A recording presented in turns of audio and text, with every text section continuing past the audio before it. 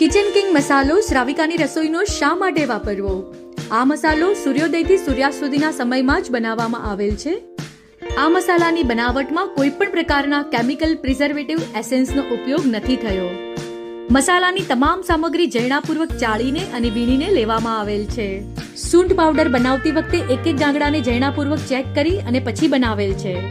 આ મસાલાની બનાવટમાં મેથી દાણાનો ઉપયોગ થતો જ હોય છે, તેથી બનાવેલ વાનગીને કાચા દૂધ, દહીં, છાશ સાથે ન ખાવી દ્વિદળનો દોષ લાગે છે.